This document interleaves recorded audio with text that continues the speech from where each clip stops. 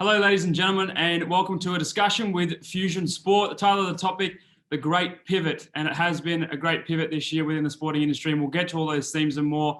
But firstly, my name is James Grigson, and I'm joined here by Dr. Marcus Colby, all the way from Boulder, Colorado. Marcus, thanks for joining in, mate. Thanks for having me. For those that don't know Fusion Sport's premier product, SmarterBase, is the leading athlete management system, electronic medical system, and research tool across the globe, helping nearly 300 organizations, from sporting organizations, Olympic committees, military research, universities, colleges, the performing arts, and more. So we take great pleasure in being invited to the Sports Tech World Series and joining you today for this presentation on the year that has been.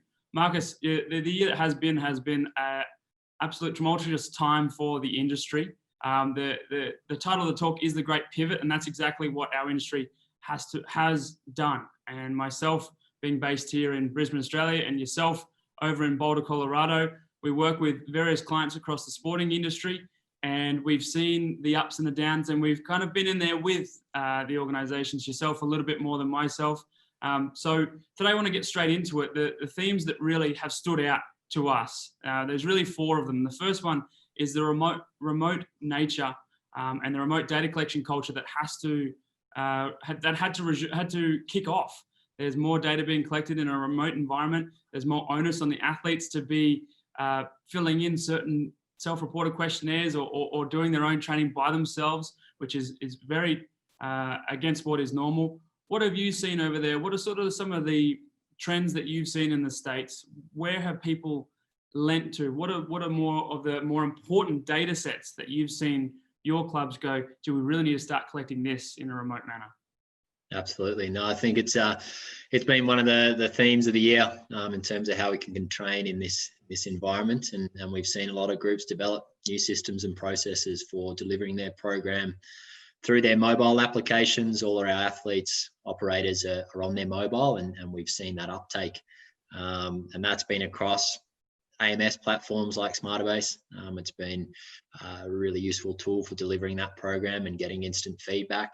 We've seen a lot of video sharing, a lot of different tools that allow two-way communication as well. So a coach sending a video to an athlete, them completing that drill and providing it back in terms of technique and ensuring that they are developing in the way that they hope.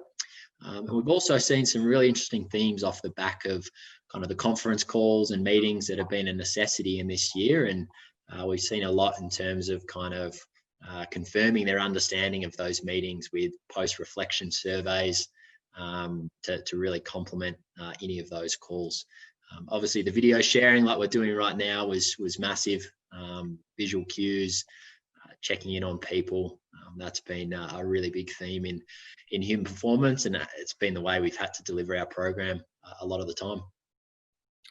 And mate, because of the lack of tools or the lack of the similar resources inside of load monitoring, that face-to-face communication, or face-to-face, if we can put it that way, through these conference calls has been important, because that's an important overlay that these coaches must have to really understand how their athletes are going. And something that I've found, at least here, has been something that's been a core rock, a part of the day-to-day operations of a club. Would you agree that face-to-face interaction to understand whether the players have really, how they're actually feeling, how they're actually going, has been more prevalent than ever?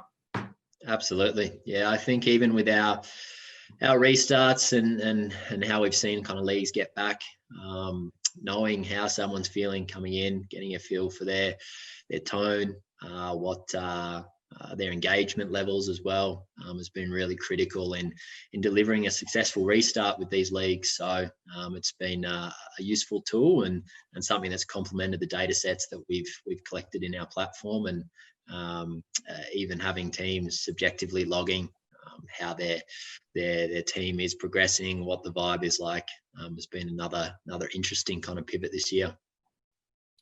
And look, to introduce our second theme, I won't do it myself, but I will play a clip from LeBron James after the LA Lakers, one of our clients, and Marcus, a client that you work very closely with, took out the 2020 NBA championship. So I'll just play this clip to introduce our second theme.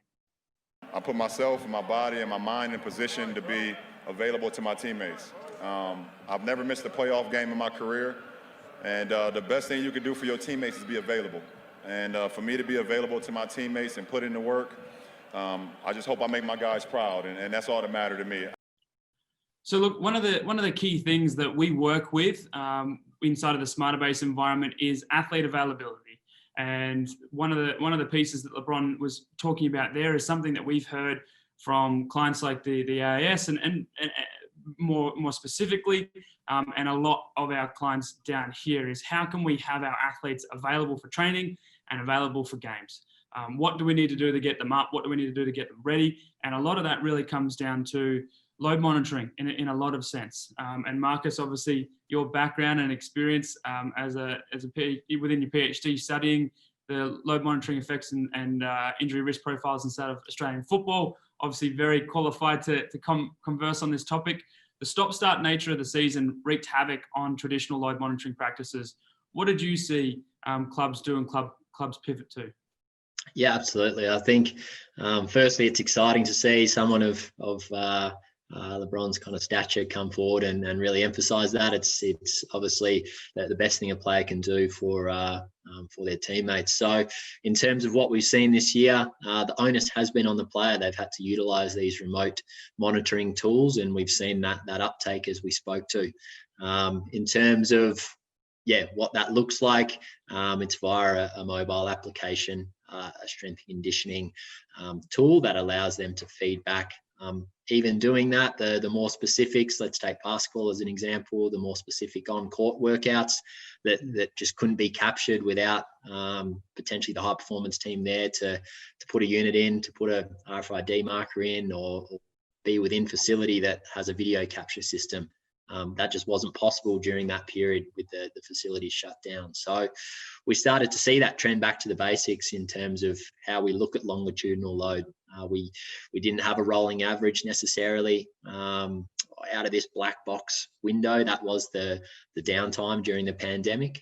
So we went back to averages, to norms for individuals, from everything from load to their screening protocols, and we were able to try identify targets on how they return, and something we've had some really good discussions with clients.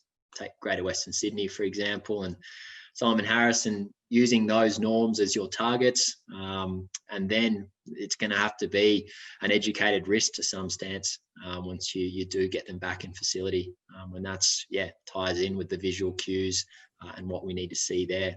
And that was prevalent in these hub environments. We worked closely with the NBA on their bubble solution.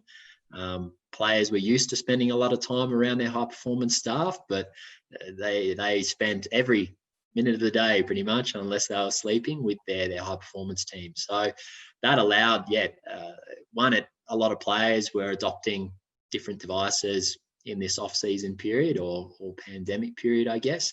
The feedback we were getting is players were much more proactive and interested in their stats, their health stats, and some really healthy discussions happened throughout this period, which I think is a really good culture shift for what we're asking of players with wellness questionnaires and so on that we see throughout our platform.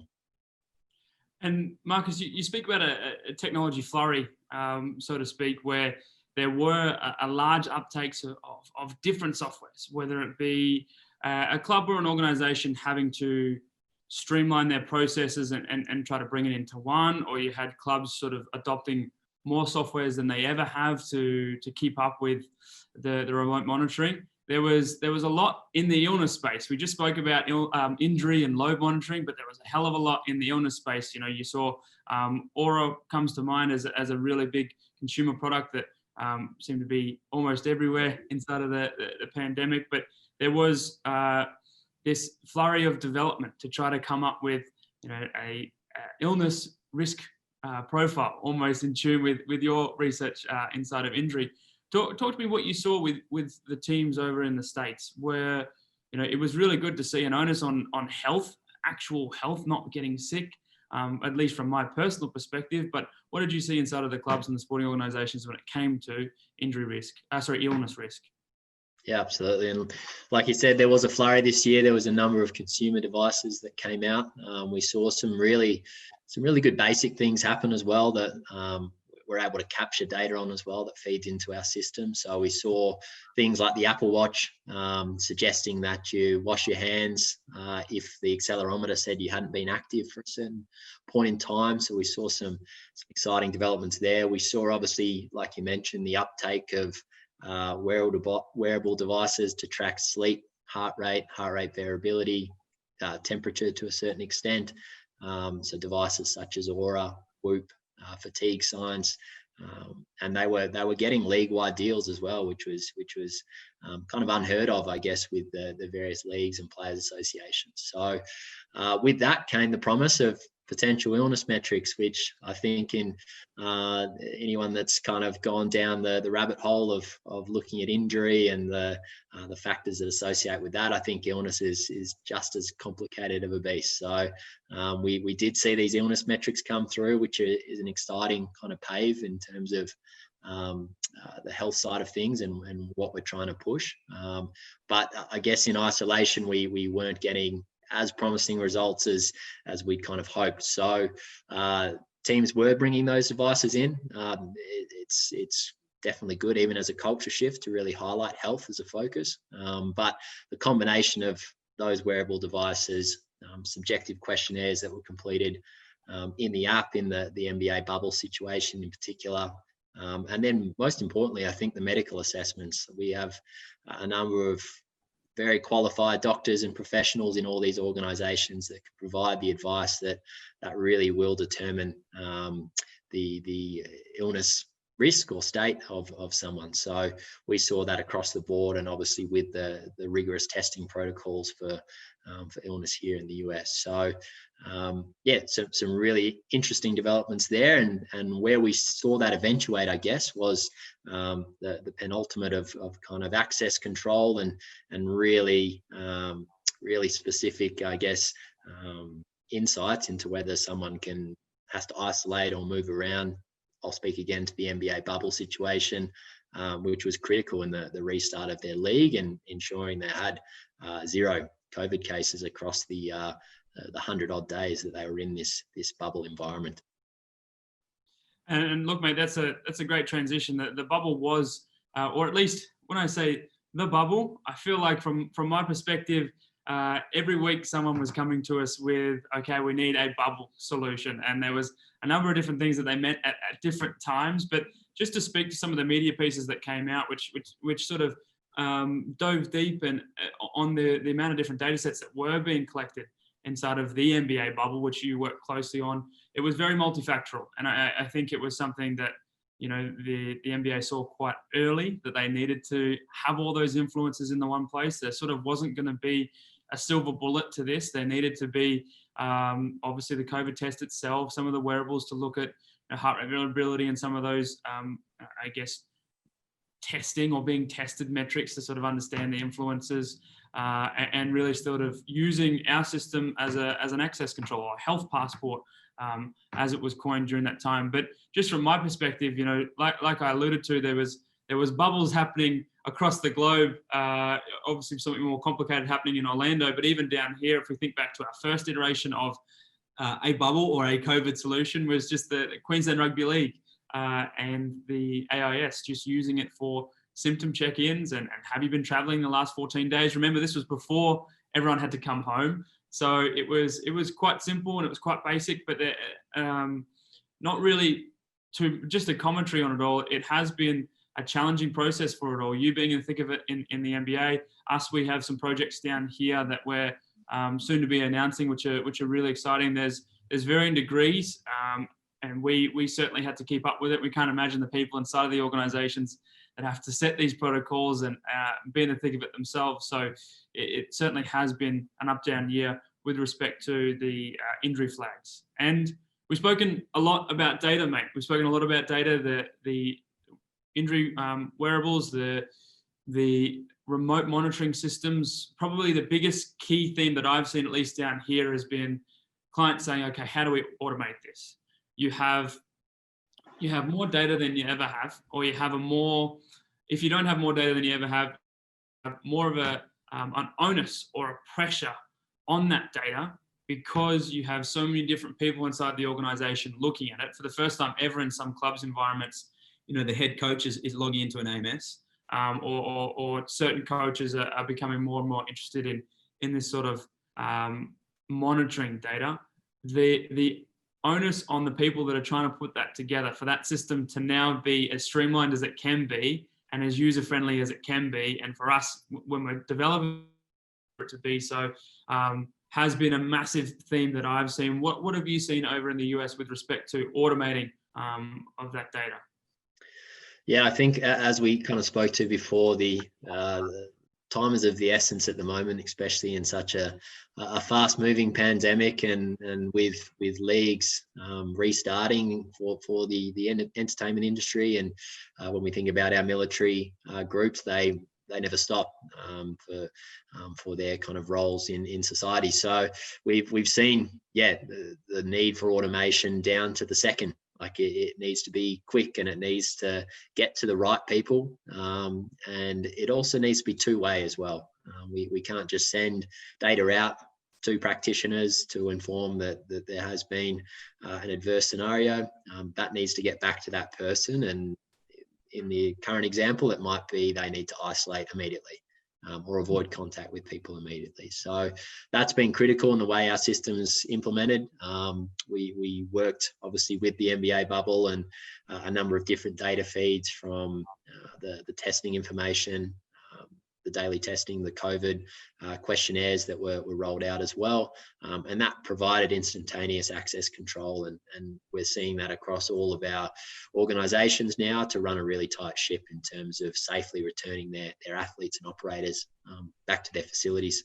So that's been a really big theme. I think the unfortunate edge of this sword is we have seen a financial hit to our industry with the restart of leagues and unfortunately layoffs, with even some of my mentors throughout have found it tough, and people getting down to say part-time roles, which has been really hard to see, but we've kind of had to play our role in helping those that are juggling now maybe 2 or 3 roles. So efficiencies were critical, and we've definitely seen a narrowing of scope in terms of what groups are trying to do in their high performance environments, and in particular with their data. So that's been one of the offsets throughout. Like I said as well, it's automation at all levels. It needs to be instant for the player and operator to get feedback from the various health devices or metrics or questionnaires they're being asked to fill out. They need to know that it's actionable on their level. Then it feeds up to the coach and practitioner. And then finally, the organisation needs to be informed immediately and needs to identify trends that could be adverse for their business process. So, we've seen that. It's been a gradual build, but it's now more important than ever. Marcus, and to sort of dovetail off the back of that, you've seen almost to your point, the back to basics operation of the data collection, visualization, and getting it out to so many different stakeholders. But also, we've seen, at least down here, I've seen a lot of clubs and organizations put an onus on, how do we get it all into one? How do we have it all in one? With all our stakeholders logging in to see these types of information, these data sets that are becoming so critical, how do we get it into one place? And at least in the SmarterBase environment for our clients that choose to put all that information into one, because they can, the illness metrics, the injury availability, the load management, the S&C, the self-reported questionnaires, some of the game reviews and stat reviews that they're able to pull into the one place. It has been a place for our clients to do that. It's been fantastic to see such streamlined data coming into our environment and our clients really utilizing the system for what it can be. Or we've seen other organizations, push out to different areas and maybe pull into a Tableau or Power BI to visualize that. But I guess from our sort of, or from my, I'll say me, geeky sport tech perspective, it's been really nice to see a streamline of those data sets into one place, and so many people logging in and seeing value in the platforms that they're using. Marcus, as we go into 2021, and recently the NBA have announced their dates when they're coming back, very much in your world, and there are a lot of sports. The rugby down here have announced their season for next year and dates for next year. It's all sort of happening. Eyes are turning to 2021. What are some of the themes that you've seen come from 2020 that you think will roll over into 21? And do you sort of foresee any new themes popping up in 2021? Yeah, definitely. I think a lot of the themes around kind of remote monitoring will continue. There'll be times when you have access to your athletes in the maybe mini hub environments, depending on how the seasons do restart for 2021. I think what we'll also see is probably an increase where possible in the invisible monitoring techniques. Kind of steal that term from Jace Delaney. And around kind of passive collection. So how can we collect this health information continuously where appropriate to inform on our athletes or operators' readiness, and how can we do that at the least burden to the athletes, so they're really focusing on their role at hand. And I think in saying that point, we've asked a lot in 2020 of athletes. It has been a culture shift, like I've mentioned, with NBA players filling out questionnaires on a daily basis. I don't think we projected that coming in. And in saying that, I think moving forward, we need to be careful that we're not kind of asking too much, and we're trying to collect passively where possible. And I think there'll be some exciting technologies to come alongside that. The RFID contact tracing growth is continuing. We're integrating with a number of technologies now to do that contact tracing, which is going to continue to grow. So I think that's going to be a big theme moving forward. So the message from Marcus Colby to the sports scientists out there: don't be too greedy with your data collection. You're getting enough, or you're getting something from your athletes. Don't push the boundaries too much. Mate, I like that. Thank you for joining. You and I personally, we don't get this sort of forum and conversations. It's been good chatting with you, considering you're over in the States. For those that are watching, thank you for joining to the Sports Tech World Series. Thank you for having us. If you want to know more about Fusion Sport, it's just fusionsport.com. Thank you very much, and enjoy the rest of the conference.